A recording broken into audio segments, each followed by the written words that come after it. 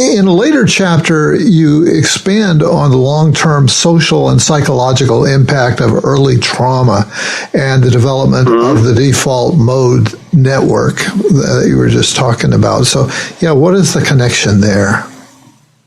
Well, I think one of the things that certainly has been true. So I remember when I was a student in an internship, when these boxes arrived from the American Psychiatric Association came in, we opened them up and we each got this present, which was the DSM-3. And it was the first time that we had PTSD as a diagnosis that we had to, because DSM-2 was like this little pamphlet that had things like homosexuality and and venereal diseases, so we didn't have much sort of diagnostic guidance before then. But I remember having post-traumatic stress, this as something that we can now diagnose and think about. And the three categories which have stayed pretty consistent even to today are intrusion, avoidance, and arousal. And it's mostly based around arousal. The idea is that people are hyperactivated because of the traumatic experience. And the other symptoms, in a sense, like intrusion is an aspect of that, and withdrawal is this sort of reaction to it or attempt to cope with it. So we've had this very kind of simplistic amygdala-based model of trauma since we first got it as a diagnosis in 1980, at least in our generation.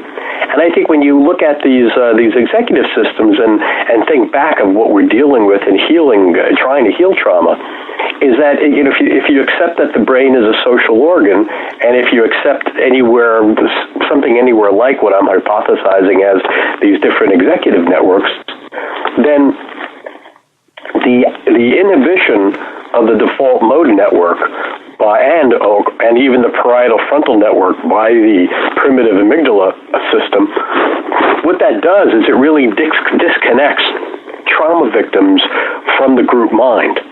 So it keeps them from being able to love and work adequately, in Freud's term.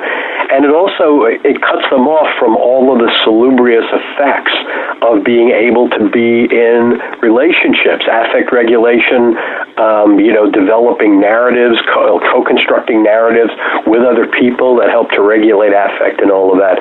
So what can happen is, both in early trauma and in severe trauma later in life, is that people become essentially isolated.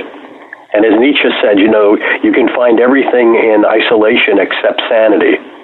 And I think that one of the things that we're seeing the suicide rates. I think it's American vets. There's more than one suicide a day. Wow. From Gulf War era and Afghanistan era vets.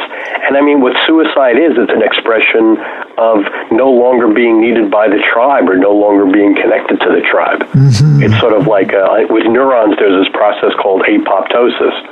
So they die when they're no longer connected in networks, and humans start to go into self-destruct mode when they no longer are connected with the group or the tribe.